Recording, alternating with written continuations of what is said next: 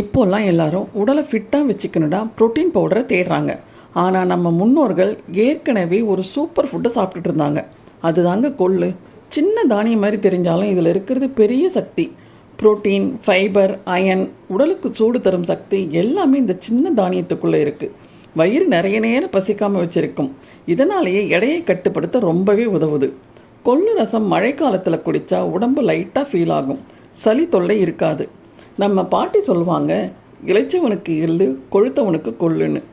கொள்ளு ரசமாக மட்டும் இல்லாமல் சட்னி, சூப்பு, சுண்டல், துவையல், பொடி இப்படி எப்படி வேணால் சாப்பிட்லாம்.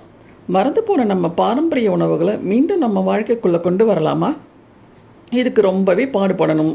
புரோட்டீன் பவுடர்னால் வாங்கினோமா கலக்கி குடித்தோம்னான்னு இருக்கலாம்னு நினைக்கிறீங்களா? வேண்டாங்க, கஷ்டமே பட வேண்டாம். இது நம்ம ஸ்ரீ சாய் ஃபுட்ஸ் ரொம்பவே எளிமையாக்கிட்டாங்களே.